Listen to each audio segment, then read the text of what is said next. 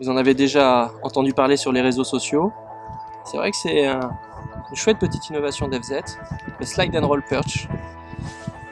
Le mien d'ailleurs a quelques petits impacts de brochet ici, je ne sais pas si on voit à l'image.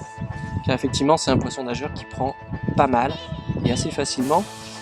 Et pour une raison simple, c'est que son innovation ne se situe pas à l'endroit de son shape, hein, c'est un swimback tout à fait classique, avec la partie articulée ici.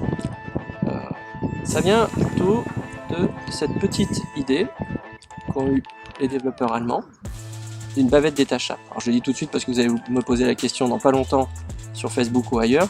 Évidemment que vous allez la perdre, mais évidemment qu'on en a mis une deuxième dans le packaging, hein, ça aide toujours un petit peu. Alors, la bavette amovible, elle permet en fait d'avoir deux actions en une, mais ça n'aurait pas de sens si ces actions-là n'étaient pas complémentaires en action de pêche. Ça vous permet vraiment avec un seul leurre et en un tour de main de pouvoir exploiter une zone ou un poste de manière efficace. Sans sa bavette, comme il est actuellement, mon swimbait devient en fait un S-action.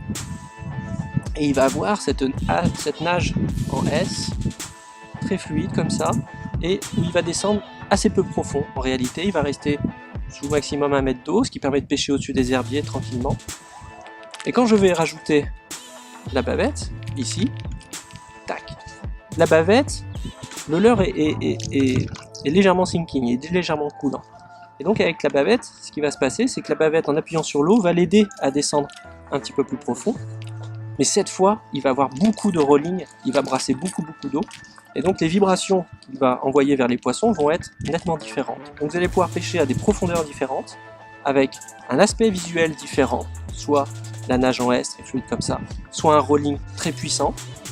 Et en plus, vous allez pouvoir émettre des vibrations, des fréquences très différentes, soit la fluidité de l'eau qui est poussée très légèrement comme ça, soit vraiment l'eau brassée très fortement.